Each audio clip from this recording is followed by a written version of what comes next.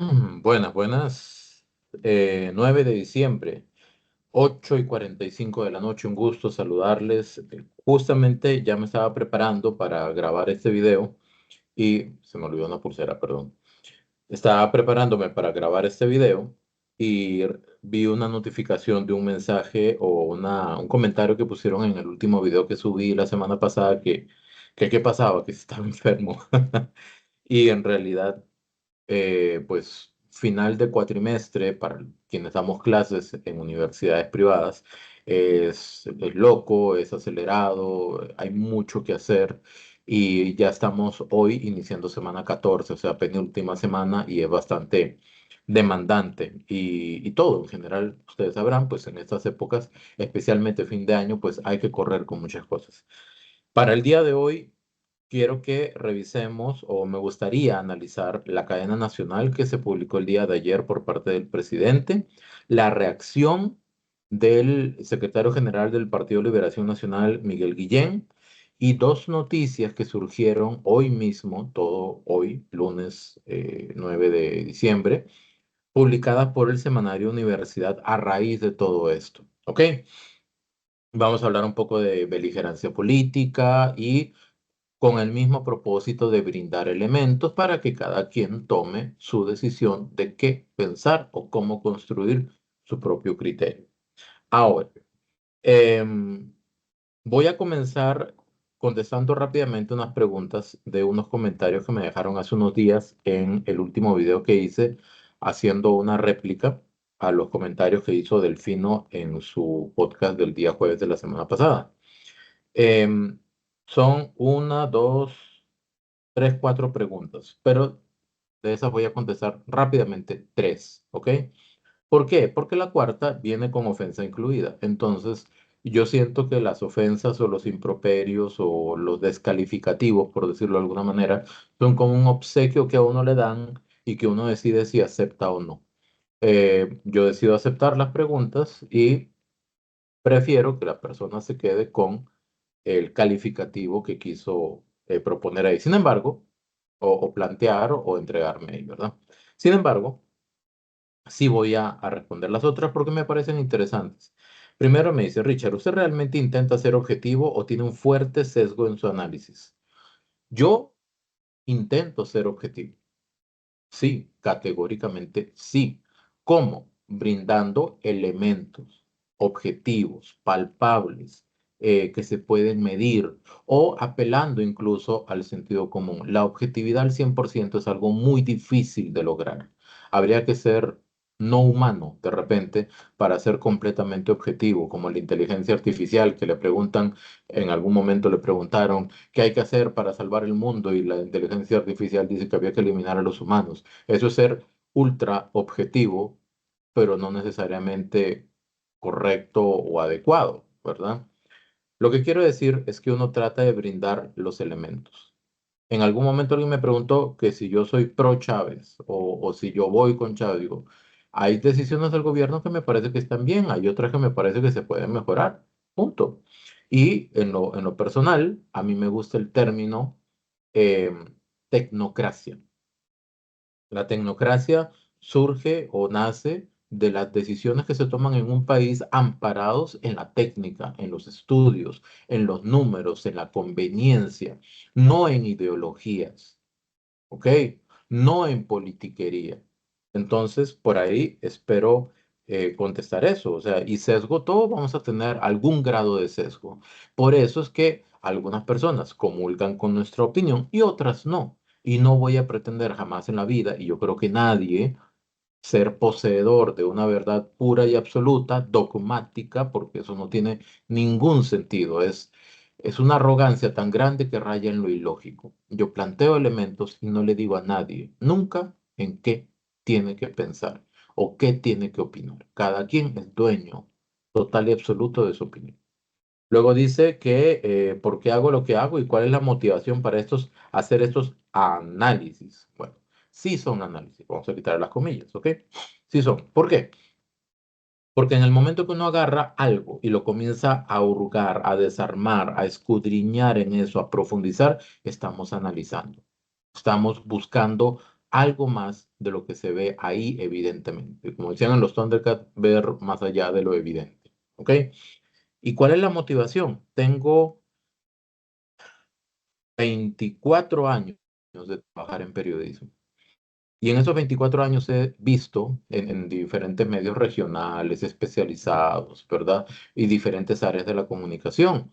Y en esos años he visto y he escuchado personas que con el paso del tiempo han hecho más fuerte la opinión de que los periodistas mentimos, los periodistas somos vendidos, los periodistas respondemos a intereses, los periodistas. ¿Por qué? Porque el periodismo mismo se fue deteriorando y no tengo que tratar de convencer a nadie. ¿Cuáles son los medios que ustedes consumen? ¿Cuáles no? ¿Y por qué no los consumen? ¿Ok? ¿Y cuánto creen que los medios, los más tradicionales, han sido realmente objetivos? Voy a plantear un ejemplo claro. La entrega de los escáneres y la despedida de la ayuda humanitaria de El Salvador, muchos medios no la cubrieron. ¿No era importante? La donación de los escáneres no era importante, era muy importante, ¿ok? Pero omitir algo que es de interés público, eso sí es sesgo. Entonces, eso es ser parcializado. ¿Qué sucede? Que la gente comienza a hacerse una imagen en la que juzga a justos por pecadores, a gente que no hace eso por la mucha o poca gente que sí lo hace. Y eso está feo, se siente feo, la verdad se siente feo. Y uno dice: Mi nombre es Richard Ordoño, yo soy periodista y soy profesor universitario. Que los periodistas hacen eso y lo otro. Y yo no le puedo decir a la persona: no, eso es mentira. No, porque yo sé que hay medios y periodistas que sí se prestan para eso. Entonces, em, creo que tanto que se habla de democracia y libertad de prensa, todo tiene que ver. La democracia es la posibilidad de que la gente pueda decidir qué quiere para el país por una mayoría, ¿ok? Pero ¿cómo decide la gente? Con base en un criterio. ¿Y de dónde nace el criterio? De la información. ¿Y quién provee la información? Los medios de comunicación. Entonces, no es de repente una oportunidad hacer ese tipo de intercambios o de materiales para que las personas puedan de repente, si les sirve, tener elementos para generar un criterio más robusto, más fuerte y poder tomar mejores decisiones. Yo no le voy a decir a nadie nunca por quién votar, ni a mis estudiantes, ni a la gente que ve estos videos, que me hacen el gran favor y el honor de ver esos videos. No, yo le voy a dar elementos y que la gente decida. Punto. Además, los medios de comunicación mm, publican información y a veces no analizan lo que los otros medios están publicando. Escarbar, hacerle un poquito de arqueología, de minería, para ver realmente cómo se están armando esas noticias. Y eso es una tarea que yo me la impuse naturalmente o me la propuse y vamos a ver qué va a pasar con el tiempo. Entonces, esas son las respuestas. Espero no haber sido aburrido en hacer esta explicación. Ahora, seguimos. Primero que todo, vamos a ver la cadena nacional. Yo la puse un poquito más rápido para que podamos verla rápidamente. Sin embargo, para ver la cadena nacional, yo quiero o quisiera, más bien quisiera proponerles estas preguntas. ¿Es el poder judicial incuestionable? Obviamente el Poder Judicial es quien debe garantizar que se haga justicia, por eso se llama judicial. Pero en medio de esa importancia tan grande que tiene, se incluye o se debe asumir y entender que lo que el Poder Judicial haga es totalmente incuestionable y que tiene que funcionar siempre así. No podemos los ciudadanos o los otros poderes preguntar, analizar, cuestionar, debatir sobre sus decisiones, sobre sus procedimientos. Y con base en esta pregunta, que cada uno se la contestará, me gustaría que por favor pusiéramos atención. Me imagino que ya la vieron, ¿verdad? Pero una vez más a la cadena nacional que el presidente de la República compartió el día de ayer domingo. Entonces aquí se está compartiendo todo, estoy acomodando acá. Como les dije, lo puse un poquito más rápido. Voy a ver si por ahí lo pauso y lo comentamos rápidamente y ahí vamos.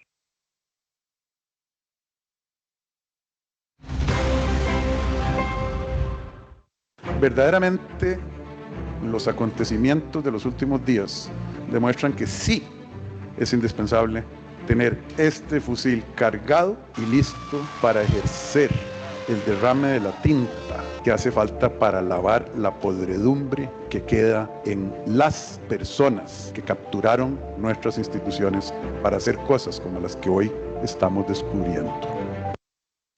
Aquí cuando se habla de la gente que capturó las instituciones, el presidente está hablando en términos generales, no solamente se refería o se referiría eventualmente al Poder Judicial, sino a todo el aparato institucional. La pregunta sería, porque me gusta mucho leer los comentarios que los leo todos, dicho sea de paso, ¿consideran ustedes que las instituciones o el aparato institucional está trabajando en favor del pueblo, en beneficio del pueblo, que se preocupa por mejorar cada vez, de hacerse más eficiente, de no hacer distinciones entre diferentes personas, digamos, o grupos de personas, sea por tema político, económico o algo por el estilo, para tomar sus decisiones o para brindar el servicio que se debe brindar? Esa es la pregunta, y ahí estamos hablando del poder legislativo, de todas las instituciones autónomas, de los órganos de control como la Contraloría, ¿verdad? El poder judicial, etcétera. O sea, esa es la crítica abierta que hace el presidente. Un país sin justicia pronta y cumplida no es una sociedad próspera ni desarrollada. Estamos viendo el renacer de una Costa Rica que no quiere más alcahueterías, que ya se despertó y que nosotros no vamos a aflojar. Esa es la parte linda de nuestra realidad, pero hay partes que huelen a podrido y que empiezan a ser absolutamente inaceptables. Una fiscalía que actúa con una velocidad de la luz en algunas cosas y en otras que se mueve más una piedra en un potrero que ellos. Una fiscalía. Obviamente el tema del fiscal general es un tema que no solamente el presidente lo han mencionado muchos diputados y ya se ha generado opinión pública a raíz de los cuestionamientos que hay, de la forma en que se ha manejado el caso, si eso se está resolviendo rápidamente o no, por qué otros casos sí se resuelven rápidamente o hay acciones rápidas como el tema del caso Barrenador o el tema de la caja, ¿verdad? Básicamente que últimamente Multimedia sacó unos reportajes en los que eventualmente, muy probablemente, según lo que indican los reportajes de Multimedios, todo este caso de la caja sale de un reporte de la auditoría interna basado en un estudio de costos para contratar a las cooperativas. Pues al parecer, ese estudio de costos varió de repente y no se sabe por qué, no se entiende por qué. Entonces, si todo nace ahí, ¿por qué sucedió todo lo que vino después? ¿Por qué, eh, por qué se procedió tan rápido en ese caso? Son cuestionamientos generales que están en la opinión pública. ¿Quién mandó u ordenó hacer ese cambio en los costos para que no se viera ahorro sino sobreprecio?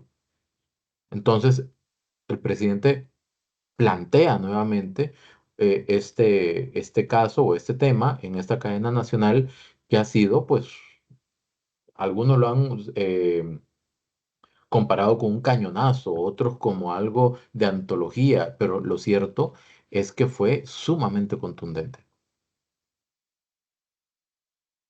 Fiscalía, que a estas horas no ha preguntado siquiera qué pasó con Jimena Rueda, la que pidió un balazo en mi cabeza, y se movió en minutos para detener a don Alexis Salas, un adulto bastante mayor que criticó a los jueces de la sala cuarta. Entonces, una fiscalía que actúa cuando le da la gana y le conviene y no actúa cuando le da la gana y le conviene. Pero la corrupción de Carlos Díaz continúa. Se mantiene en su puesto a pesar de violaciones de sus obligaciones. Pero es Carlos Díaz el problema. o es el síntoma? ¿Es Carlos Díaz la enfermedad o es la Corte Plena? Fíjense, ahí está en la Corte de Justicia, en el Poder Judicial, cosas como 5G, algo urgentísimo, durmiendo el sueño de los justos. Y lo único que hacen es decir, los jueces son independientes. Aldesa. Ahí anda Javier Chávez Bolaños con Edna Camacho Mejía, Eduardo Ulibarri, a quien Laura Chinchilla nombró embajador en la ONU, exdirector de la Nación, miembro de la Junta Directiva de Aldesa, los directivos de la Nación que estaban involucrados en Aldesa, ahí andan en la calle, tranquilos y contentos. Porque se me Obviamente aquí lo que el presidente cuestiona es por qué no se inician los procesos para comenzar a desmenuzar el caso y entender qué fue lo que sucedió y quiénes fueron los responsables. No necesariamente está condenando o señalando, por más que hable con nombres y apellidos y comparta las imágenes de esas personas, pero obviamente son personas públicas que tienen que ver directamente con el caso, lo que no las hace culpables necesariamente, porque eso lo define un juez.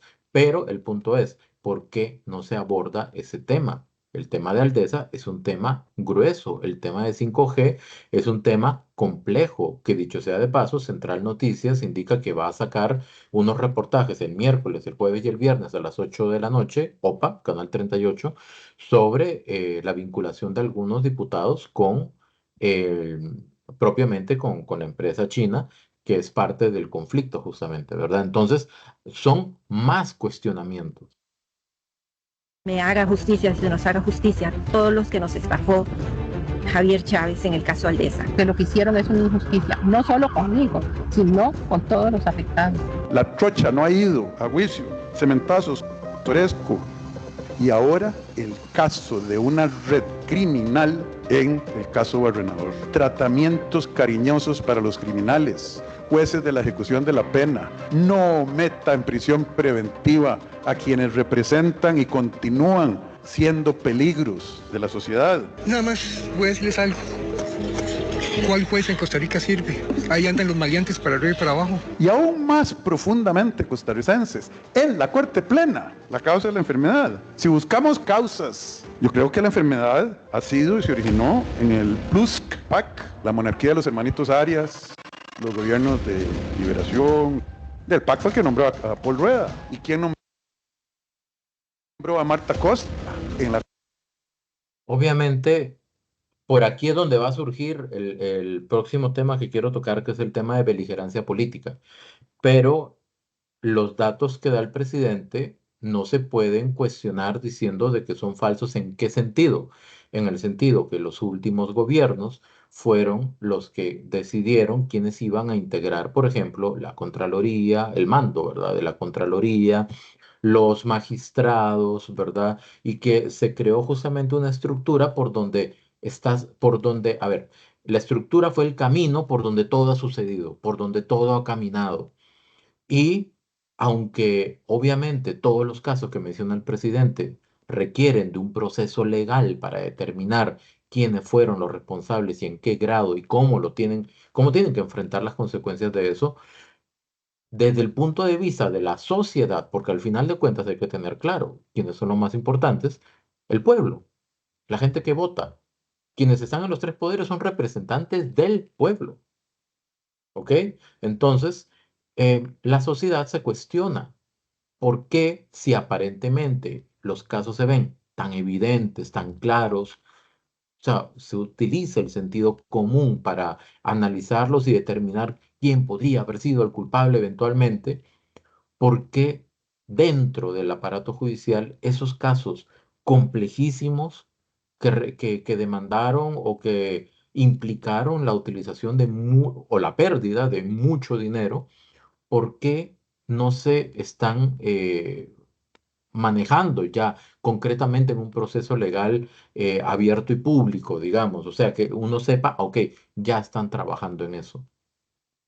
En el sentido de que no se inician procesos, no se inician juicios, están como a la espera.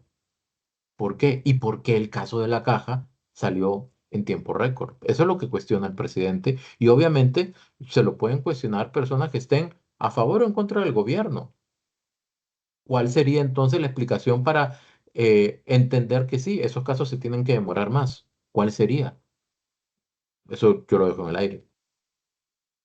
Contraloría y quién nombró a Fernando Cruz y a Jorge Araya y a toda esta salta de personas que antes nadie los conocía y que hoy este gobierno ha tenido la obligación, porque placer no es, de develar lo que ocurre detrás de bambalinas en este país. Me es absolutamente grato darle un mensaje al pueblo de Costa Rica en estos momentos. Tenemos una economía que está volando. Jugamos en las grandes ligas internacionales en términos de diplomacia, en términos de comercio, en términos de la OCDE, como líderes ambientales, invertimos en deporte, estamos gastando cada colón en lo social cada vez mejor. Somos uno de los 3 países de América Latina con la macroeconomía más sólida, que vamos a tener la oportunidad de cambiar este país únicamente, y se los digo, si en el 2026, cuando yo no voy a ser presidente de la República, no hay 40, 45 diputados y diputadas de la Asamblea Legislativa absoluta y diametralmente opuestos a los que ustedes y nosotros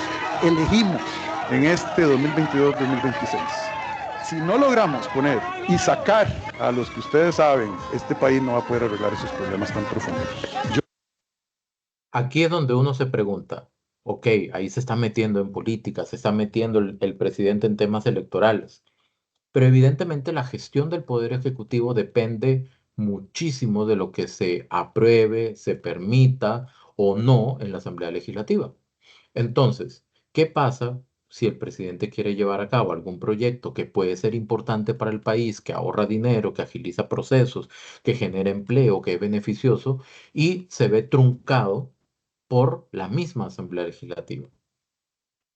¿Por qué? Porque la fracción oficialista son 8, no son 10, son 8, eran 10, terminaron siendo 9 porque una diputada se hizo independiente y hay otra diputada que no ha comulgado con la visión de gobierno. Entonces terminan siendo 8, ¿ok?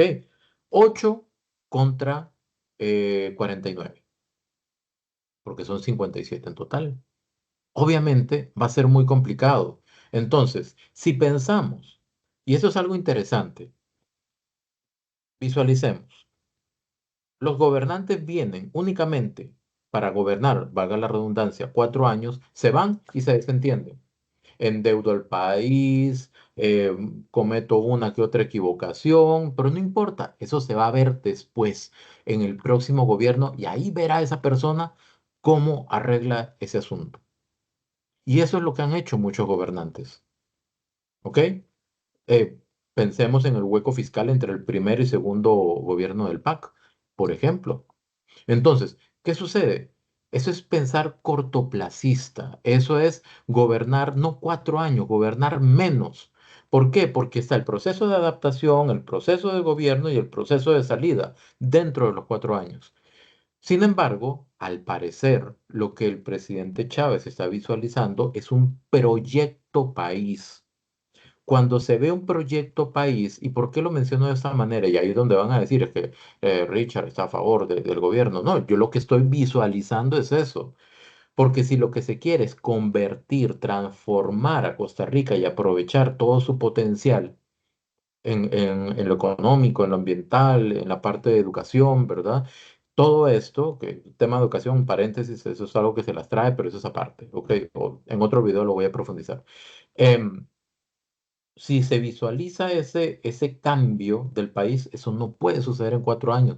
Jamás en la vida en 4 años, mucho menos teniendo como 2 gobiernos o 3 gobiernos, el gobierno del Poder Ejecutivo, el gobierno de la Asamblea y el gobierno, por ejemplo, que se le ha atribuido a la Contraloría General de la República. Entonces, termina siendo tan complejo el asunto que obviamente un presidente que tiene un plan país dice, esto se tiene que solucionar en un lapso no de 4, de repente no de 8, de 12, de repente 12 años, de repente 16 años. Cuña y paréntesis sobre el tema de la educación. La mejor educación del mundo, o que se ha calificado como tal, es la de Finlandia. ¿En cuánto tiempo armaron su aparato educativo? Esa educación innovadora, diferenciada, que respeta a cada individuo, a cada estudiante. valga la aclaración, yo soy licenciado en docencia, entonces estudiamos mucho la educación finlandesa. La educación finlandesa demoró 35 años en reestructurarse porque entendieron que había que cambiar la formación de varias generaciones de profesores, al mismo tiempo de brindarle la profesionalización, las herramientas, los conocimientos, la infraestructura, el esquema, la estructura país para que la educación pudiera ser diferente. Los países para cambiar necesitan un proceso. Entonces, bajo ese entendido, es completamente lógico que el presidente hable sobre lo que necesita el país a futuro a nivel de configuración política para, si el plan es bueno, cambiar. Ese es el sentido de lo que está mencionando en ese caso. Y no mencionarlo probablemente significaría que el presidente únicamente está esperando que sea mayo del 2026 para decir, bueno, hice lo que me dejaron hacer, hice lo que mejor pude, aquí tiene este chicharrón y yo me voy a mi casa o a otro país o lo que sea, ¿verdad? Ahí vemos la diferencia entre los políticos que han gobernado, de repente, ustedes dirán, que han gobernado en el pasado, que han visualizado periodos únicamente de 4 años, que terminan siendo como de dos, más o menos. Yo le estoy diciendo que la única oportunidad que tiene esta patria de arreglar al Poder Judicial, de arreglar a la Contraloría, de arreglar a los mandos medios, de arreglar a la unidad de contabilidad de costos de la Caja, al auditor de la Caja, a la Junta Directiva de la Caja, es que ustedes digan, vamos a apostar a formar un grupo lo suficientemente grande de diputados muy diferentes a los que hay hoy para que cambien y terminen de cambiar esta patria.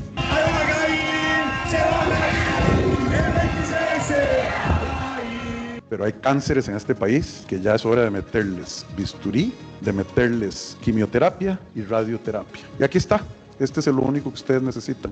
Y este. Que Dios me los bendiga. Y muchísimas gracias, compatriotas. Bien, todo esto ha levantado una roncha, por decirlo así, bastante grande y ha agitado todo el panorama político actual. ¿Ok? Bien, vamos a ver. Primero que todo, cuando habla sobre el tema de los diputados, diputados diferentes y todo eso, pues yo no soy quien para evaluarlos. De repente ustedes pueden poner en los comentarios cuáles diputados sí han trabajado bien, independientemente del partido. Vamos a ponerlo así. O sea, los que gusten, quienes han trabajado bien y quienes consideran que no han aportado realmente a la asamblea y al país. Al final, las opiniones más importantes son de quienes comentan, porque quienes comentan son quienes votan. Por eso dije al inicio, yo no le voy a decir a nadie, absolutamente a nadie, qué tiene que pensar o cómo tiene que pensar, mucho menos por quién tiene que votar. A diferencia de algunos políticos o figuras públicas, etcétera, ¿verdad? Que consideran que las decisiones del pueblo son accidentes, yo creo que la gente es inteligente y la gente sabrá qué decisión es la mejor y la decisión de la mayoría será la que gane. Eso es democracia, ¿no? Bien, vamos a hablar un poquito de beligerancia política. Muy rápidamente. Primero que todo, estaba leyendo el código electoral y la ley de servicio civil. Y en realidad, la definición como tal, punto por punto, de qué es beligerancia política, no está tan clara. Por eso está sometido más bien a que si se le acusa a alguien de beligerancia política, se pone una denuncia, eso lo acoge el Tribunal Supremo de Elecciones, lo lleva, entiendo, a un tribunal interno y ellos deciden a ver si hay o no beligerancia política bajo una serie de consideraciones técnicas, etcétera, que ellos manejarán. ¿Ok? Entonces, básicamente, ¿qué es beligerancia política? Participar en actos partidarios. ¿Ok? Por ejemplo, o el uso de recursos públicos para fines políticos propiamente, o realizar declaraciones públicas a favor o en contra de un candidato de partidos, o coaccionar a subordinados para que participen en actividades políticas. Eso es lo que podemos ir entendiendo que es beligerancia política. Lo que pasa es que una cosa es utilizar la posición y los recursos del Estado para hacer una campaña política y otra sería totalmente lo opuesto, que el presidente en este caso no se refiere absolutamente a nada, de nada, absolutamente nada de los temas electorales, obviando por completo la visión de lo que debe tener un gobierno sobre lo que es justamente, valga la redundancia, gobernar. Gobernar es un proceso de hoy al infinito, de hoy para siempre, no únicamente 4 años.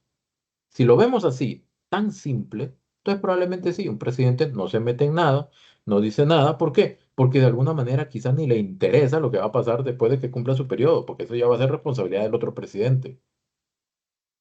Esa de repente es la gran diferencia. Ahora, parece que esto se enmarca dentro del inicio de lo que ya se define como campaña electoral, y la campaña electoral todavía no inicia.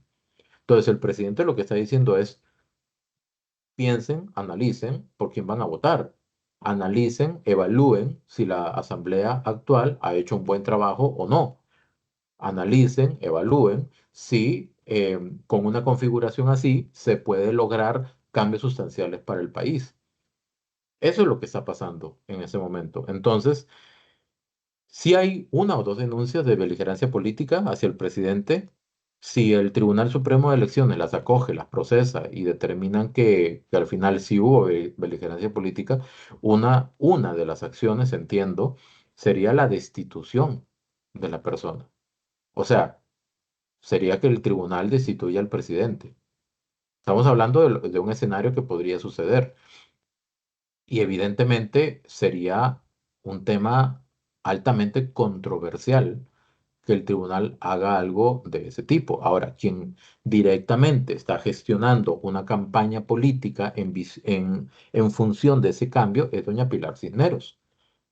Pero ella no tiene ese impedimento por ser diputada. El presidente trata de ser bastante inteligente y astuto en su comunicación para ir como en la frontera de lo que es y no es beligerancia política. Pero aquí la pregunta es: ¿debería entonces quedarse callado y no mencionar absolutamente nada de lo que necesita el pueblo, el país, para poderse gobernar mejor en el futuro? ¿O está bien que diga: así no se puede trabajar, hay que cambiar la configuración y la repartición del poder o la asignación del poder? Esa es la pregunta que todos nos debemos plantear para ver si realmente se está incurriendo en una falta o no desde el sentido común, ¿ok? Desde el sentido común y la opinión pública. Bien, a raíz de eso, ahora viene Miguel Guillén. El secretario general del Partido de Liberación Nacional, Miguel Guillén, publicó no tengo claro dónde lo publicó, pero El Guardián, ¿verdad? Esta página, El Guardián, hizo o publicó el mensaje que indicó Miguel Guillén, y lo voy a leer rápidamente y lo vamos a ir revisando rápidamente también. Primero: el presidente Rodrigo Chávez debe demostrar un compromiso con la justicia y la transparencia, anunciando públicamente que renunciará a su inmunidad y enfrentará los procesos judiciales correspondientes ante los tribunales. Spoiler, les adelanto. Luego viene una noticia del Semanario de Universidad donde dice que hay 28 diputados con denuncias penales. ¿Se imaginan que los 28 diputados renuncien a su inmunidad para enfrentar bajo a ese mismo nivel de igualdad, ¿ok? Las causas penales que tienen ahí? ¿Se imaginan qué significaría que el presidente renuncie a su inmunidad? Se dedicaría no a gobernar, sino a defenderse. Además de las 60 más o menos denuncias que tiene, hasta hace unas semanas, 7 habían sido desestimadas, es decir, no tenían sentido para convertirse en una denuncia. Entonces, ¿cuántas más se van a desestimar? ¿Cuánto se quiere que el presidente se enfoque en atender esos temas y no para lo que fue elegido, que fue gobernar? Por algo le dan inmunidad también. Esta decisión, continúo, esta decisión no solo fortalecería su credibilidad, sino que enviaría un mensaje claro sobre el respeto al Estado de Derecho. ¿Por qué no le propone el presidente, el secretario ejecutivo del Partido de Liberación Nacional, Miguel Guillén, por qué no le propone esto también a los diputados? porque es, como dicen los diputados, si es bueno para el ganso, es bueno para la gansa, ¿verdad? O sea, ¿por qué solamente a una persona? ¿Por qué no a todo funciona? Es más, le quitamos la inmunidad a todos y que todos se hagan responsables de las demandas que les pongan.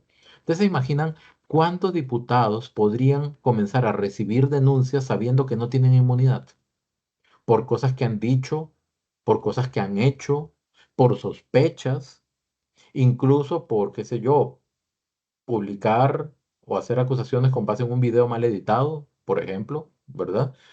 Sigo. Las declaraciones emitidas ayer domingo en las que atacó nuevamente al Poder Judicial representan una grave transgresión a sus a sus deberes, perdón, constitucionales y una falta al juramento que realizó al asumir la presidencia de la República, de separar, de respetar la división de poderes, obvio, ¿verdad? Sin embargo, es ahí otra pregunta. Vamos a ver, ¿puede o no, debe o está impedido el presidente de cuestionar lo que vea que de repente no se está haciendo bien en otro poder?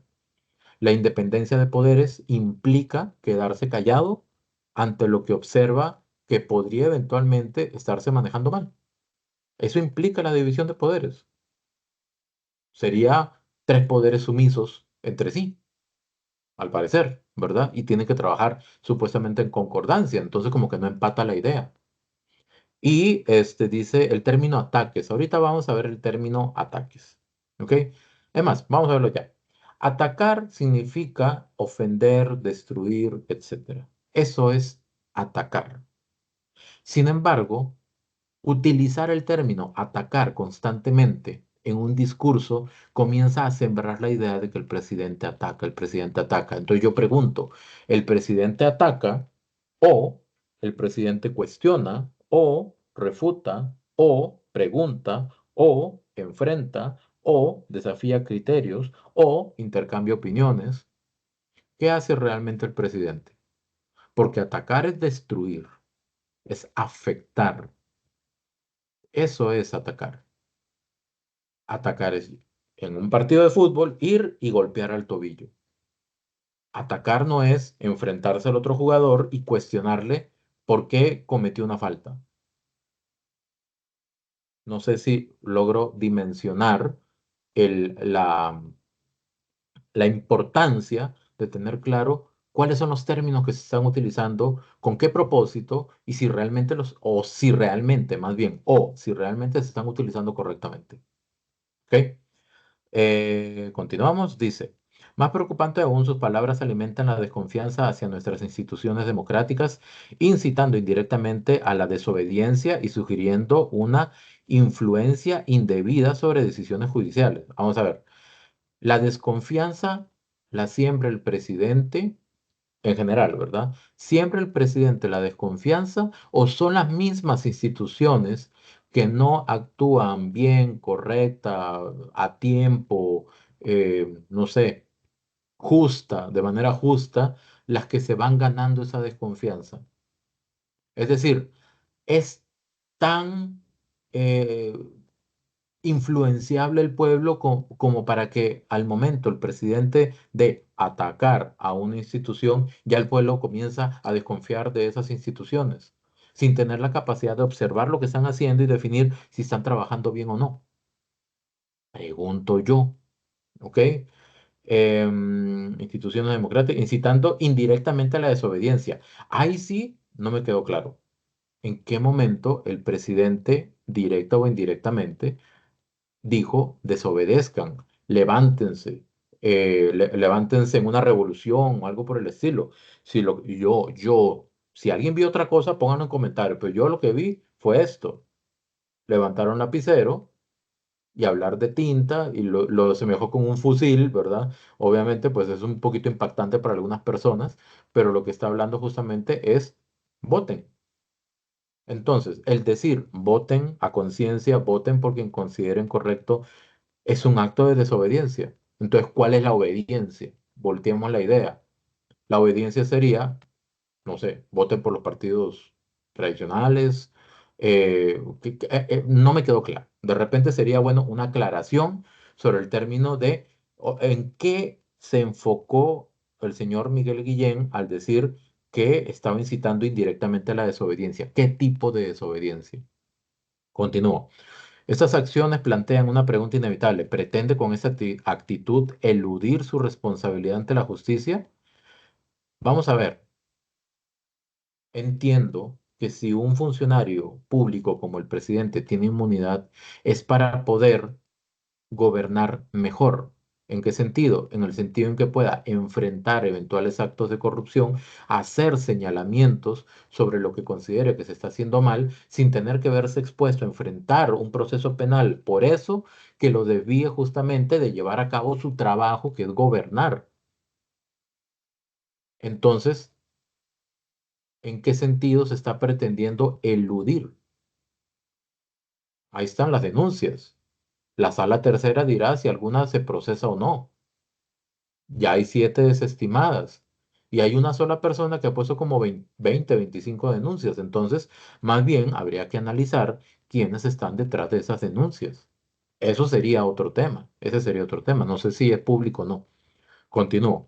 Es cierto que nuestro sistema democrático no está exento de fallos. No, está plagado de fallos. Si lo vemos desde la óptica de la percepción de la gente sobre la realidad que se evidencia en las encuestas, está plagado de fallos. Continúo. La desigualdad se ha intensificado. La desigualdad viene de hace más de 20 años. Quienes gobernaron en todos esos 5 gobiernos. ¿Ok? Muchos jóvenes ven frustrados sus sueños y la corrupción ha erosionado la confianza ciudadana en las instituciones. Ok, la corrupción. La corrupción es un tema intrínseco al ser humano, primero que todo. Pero si ya lo agrupamos en partidos, ¿cuáles son los partidos más ligados a actos de corrupción? ¿Ok? Personalmente, he luchado dentro de mi partido por promover una nueva conciencia ética que recupere la legitimidad del quehacer político. Sin embargo, no podemos permitir que estos desafíos sean utilizados como pretexto para dividir a la nación o debilitar el tejido institucional. A ver, si el Partido Liberación Nacional ha estado sometido a muchos cuestionamientos, como él lo indica, a lo largo de la historia reciente, entonces eso es algo que tienen que ver a lo interno del partido. La pregunta es, ¿qué está haciendo el Partido Liberación Nacional hoy, incluso desde la Asamblea, para ir cambiando y borrando esa imagen? Esa es la pregunta. ¿Qué está haciendo? ¿Cómo el Partido Liberación Nacional está construyendo una mejor imagen? No atacando o enfrentando o criticando al gobierno, sino más bien procurando en construir a lo interno del mismo partido, en las acciones y en el conducir de sus diputados, una mejor imagen para el pueblo, que también es el electorado. Esa es la pregunta que de repente se debería formular Miguel Guillén. ¿Ok? Y dice que no podemos permitir que estos desafíos sean utilizados como pretexto para dividir a la nación o debilitar el tejido institucional. La pregunta sería más bien, ¿qué ha hecho? ¿Qué es lo más visible del Partido de Liberación Nacional? La fracción de diputados, de 19 diputados que tienen en la Asamblea. Eso es lo más visible. Ellos son los 19 agentes de relaciones públicas del Partido de Liberación Nacional. Los principales, los que están en el foco de la opinión pública todo el tiempo. ¿Qué han hecho constructivamente desde sus discursos y hasta sus acciones? Esa es la pregunta. Entonces, de alguna manera enfocar o agarrar el discurso del presidente para decir que está atacando bien al partido o a la institucionalidad, pues justamente las mismas encuestas le dan la razón a lo que dice el presidente. ¿En qué sentido? En dos cosas. Uno, 84-85% de la población no tiene un partido. ¿Ok? 84-85% de la población no tiene un partido. Dos, la gente no confía en la institucionalidad, no tiene plena confianza en la institucionalidad. Perciben de que no funciona bien. Entonces, el cuestionamiento no es al presidente, entonces mejor cuestiona a la gente. Siguiente, en lugar de asumir el rol de un reformador o estadista, Chávez ha elegido alimentar el descontento y el rencor, perdiendo años valiosos para enfrentar los desafíos fundamentales, que son reducir el déficit de vivienda, apoyar a los pequeños y medianos agricultores y generar oportunidades para nuestra juventud. De repente, lo que no menciona acá se podría entender que son los logros que obviamente no fortalece el discurso que el señor Miguel Guillén quiere construir, ¿verdad? El tema financiero, el tema de la deuda, el tema del tipo de cambio, el tema de la macroeconomía, que es la base para una microeconomía sana, etcétera, ¿verdad? Ese tipo de cosas. Ahora, em, reformador o estadista. ¿Se puede reformar en 4 años? Vuelvo a preguntar, ¿de verdad alguien puede pretender reformar un país en 4 años? ¿De verdad la oposición le permitiría a un gobierno, eh, la oposición siendo mayoría, le permitiría a un gobierno reformar positivamente un país en 4 años? Si hubiera sido así, Ciudad Gobierno ya se estaría construyendo, igual que la Marina de Limón, ¿o no? Pregunto, ¿verdad? Seguimos. El verdadero liderazgo se mide no por la destrucción sinónimo de ataques, ¿ok? Recuerden, sino por la construcción de un camino común que permita a Costa Rica avanzar hacia los grandes sueños que juntos debemos forjar como nación. Bien, ya que es el secretario general del Partido Liberación Nacional, la pregunta sería, ¿qué ha hecho el Partido Liberación Nacional para cumplir con ese objetivo? Concreta y objetivamente. Proyectos, propuestas, leyes aprobadas, accionar de los diputados, desempeño en las comisiones, discursos en control político. Esa es la pregunta. Seguimos. Ese es el fin. Dice, bueno, al final pues. Es tiempo de exigir que nuestras instituciones y líderes actúen con responsabilidad, transparencia y compromiso con el bienestar colectivo. Sí, a todos los líderes. No solamente al presidente, a todos. Tres poderes, instituciones autónomas, órganos de control, a todos. ¿Ok? Solo así podremos recuperar el impulso perdido, y construir un país más justo y próspero para todos. El impulso perdido. ¿Cómo se perdió el impulso? ¿O quién perdió impulso? Es que obviamente si se habla desde la perspectiva del Partido de Liberación Nacional, que no gobierna hace varios años, hace 12 años si no me equivoco, obviamente se perdió un impulso. Es obvio. Es necesario que los partidos tradicionales entiendan la, la- el razonamiento, el entendimiento que la gente hoy tiene sobre la democracia, ya no está.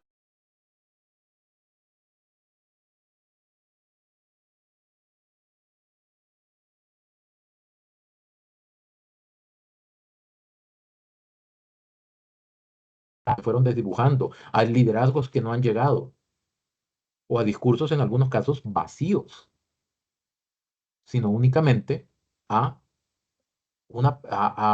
los mismos partidos tradicionales fueron construyendo el camino para que llegara una persona con una visión distinta que comulgara justa y directamente con lo que la gente quería.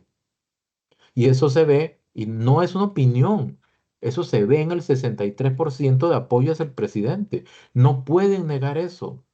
Decir que el presidente está equivocado en todo lo que hace y lo único que hace es malo y siembra un mensaje negativo, es decirle a la gente, el apoyo que ustedes le dan a esa persona está equivocado. O sea, estamos refutando el criterio de la gente. Porque mejor en lugar de hacer eso, los partidos políticos se enfocan en construir, en hacer cosas positivas y compiten a ver quién hace más cosas buenas. Entonces, a raíz de esto sale esta noticia en Semanario Universidad. Voy a poner dos, esta y otra que son como de diferente enfoque, ¿verdad? Primero, la foto principal, ¿verdad? El lapicero en la mano dice tener este fusil cargado. Obviamente hay muchas frases que dijo el presidente. Habló de democracia, habló de progreso, etcétera, pero había que sacar esa foto, ¿verdad? Tener el fusil cargado, obviamente con el lapicero en la mano. Dice, crece la indignación contra ataques al Poder Judicial por parte de Chávez. Ese es el título. Sin embargo, no la voy a leer, pero sí la voy a adelantar. Las fuentes son Miguel Guillén con su publicación, Albino Vargas, ¿ok? Y se apoyan también en unas declaraciones que dio el presidente de la Corte Suprema de Justicia, Orlando Aguirre, la semana pasada. O sea, que no es una reacción directa a esta cadena nacional, sino que es anterior. Quiere decir que la indignación viene directamente por parte de Miguel Guillén y de Albino Vargas, de ellos dos. Es ahí donde uno se pregunta, ¿por qué el periodismo no es equilibrado? Porque esta nota no es equilibrada. Vean, aquí está la nota. Ahí dice Miguel Guillén, vamos para abajo, habla del tema del fiscal general, otra vez habla de Guillén, habla de lo que dijo el presidente Chávez, más abajo ya viene Albino Vargas, ¿verdad? De la NEP, y después habla de Orlando Aguirre. ¿Dónde está la contraparte? Es ahí donde las personas con justa razón dicen es que es un periodismo parcializado. Aquí la idea era complementar con alguien que hablara desde Casa Presidencial o desde la fracción oficialista, doña Pilar Cisneros, Ada Cuña, Paola Nájera, Manuel Morales, no sé, cualquiera, pero para balancear, para que las personas tengan los dos elementos y decidan qué pensar. Pero si yo solamente le doy arroz, arroz, arroz a la gente, no, nunca van a saber a qué pudo haber sabido la carne. Ese es el punto. Pero la siguiente noticia habla justamente de que la mitad de la Asamblea Legislativa cuenta con expedientes penales abiertos por la Fiscalía. Y vamos a ver, solamente los voy a mencionar. Dice que el que tiene más expedientes es Leslie Bojorges, ¿verdad? Del PUSC, que tiene 7 investigaciones. Luego le sigue Horacio Alvarado, también del PUSC, tiene, ¿cuántas? Tiene 5. Tiene 5, sí. A él le sigue también Social Cristiano Horacio Alvarado con 6, perdón, con 6. Luego, en el siguiente lugar, con 5, tiene Silver Jiménez de Liberación Nacional. Abuso de autoridad, peculado, incumplimiento de deberes y 2 por tráfico de influencias. Luego viene en cuarto lugar, viene doña Pilar Cisneros, tiene incumplimiento de deberes, tráfico de influencias, peculado y divulgación de secretos. No leí los de Bojorges. Vamos a ver para que estemos parejos todos, ¿verdad?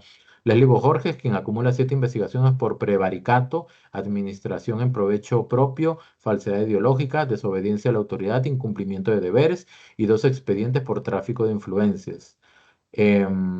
Horacio Alvarado tiene administración fraudulenta, disposición ilegal, peculado, incumplimiento de deberes y dos por tráfico de influencias. Luego ya vienen los 2 que mencioné, ¿verdad? Gilbert Jiménez, Pilar Cisneros. Luego viene Fabricio Alvarado, ¿verdad? 2 expedientes por infracción al Código Electoral y el otro por su gravedad ya ha trascendido en medios, hoy, de hecho, de medios de comunicación por abuso sexual. Son los 2 expedientes. Luego, y otras personas, diputadas, otros diputados, Rodrigo Arias, Luz María Alpizar, Gloria Navas, o sea, Rodrigo Arias del PLN, Luz María Alpizar, que es la presidenta del Partido Progreso Social Democrático, Gloria Navas, que es independiente, Rosaura Méndez, de Liberación Nacional, Gilberto Campos, del PLP, Liberal Progresista, y Melina Hoy, de la Unidad. Ujú. Y también Luis Diego Vargas y Joana Obando del PLP por supuesta legitimación de capitales. Voy a poner este enlace, el enlace de esta noticia lo voy a poner en la descripción del video. ¿Ok? Vamos a ver. Con esto, con esto creo que podemos tener, qué largo, perdón, las disculpas del caso, pero tener no solamente la imagen de la cadena nacional, no solamente la reacción de Miguel Guillén, no solamente lo que dice la prensa, sino que tener como un paquete más completo, que es lo que decía al puro inicio del video, tener elementos para discernir, para pensar y para decidir qué quiero pensar. Ahí están los elementos. Ese es el único propósito. Les agradezco muchísimo las visualizaciones, les agradezco que lo compartan, les agradezco los me gusta, leo todos los comentarios, de verdad, muchas gracias. Se hace con toda la buena intención del mundo. Tengan una excelente semana y muy buenas noches.